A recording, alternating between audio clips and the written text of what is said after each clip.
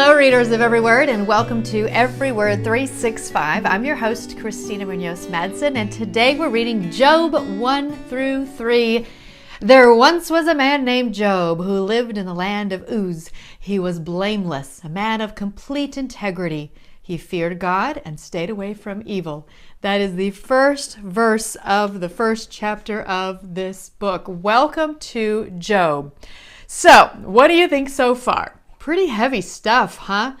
Of course, my bleeding heart feels bad for him and anyone who is suffering.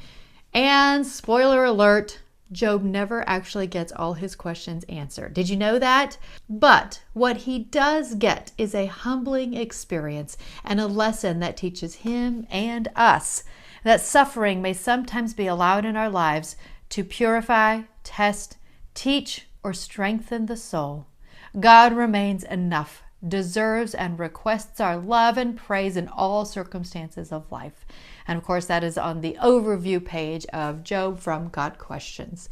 This is from the practical application. The book of Job reminds us that there is a cosmic conflict going on behind the scenes that we usually know nothing about.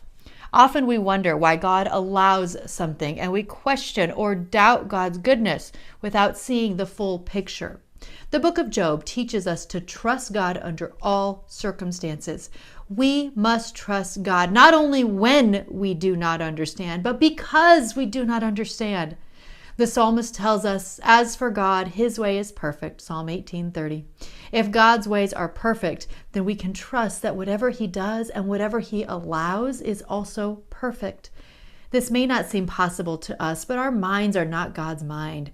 It is true that we can't expect to understand his mind perfectly, as he reminds us, "For my thoughts are not your thoughts, neither are your ways my ways, says the Lord. For as the heavens are higher than the earth, so are my ways higher than your ways, and my thoughts higher than your thoughts." That's Isaiah 55, 8 through 9, of course.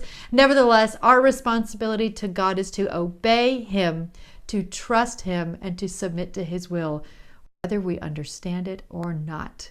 That was from Got Questions, but there it is again, Isaiah 55, 8 through 9. Hey, I haven't quoted that one in a while, right?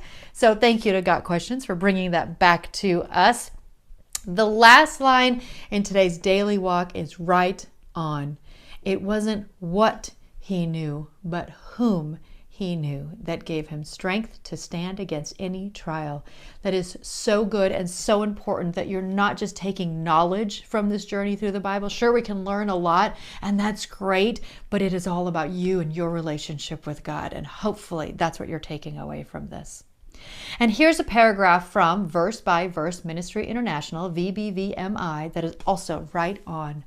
Though we may not have been conditioned by the world to view all suffering as bad, the Bible teaches the truth that suffering is not bad when it is designed to produce sanctification, just as it did for Christ. Therefore, we must prepare for and accept suffering brought for the purpose of creating holiness. And of course, I'm including the link that comes from. But what an incredible teaching, and so important for us to learn. And I don't think I ever sent out the overview video on Esther, so I'm including that as well. And our next reading will be Job 4 through 7. Buckle up. It is a bumpy ride, but I'm hoping you can learn a lot from this difficult and emotional book. Happy reading.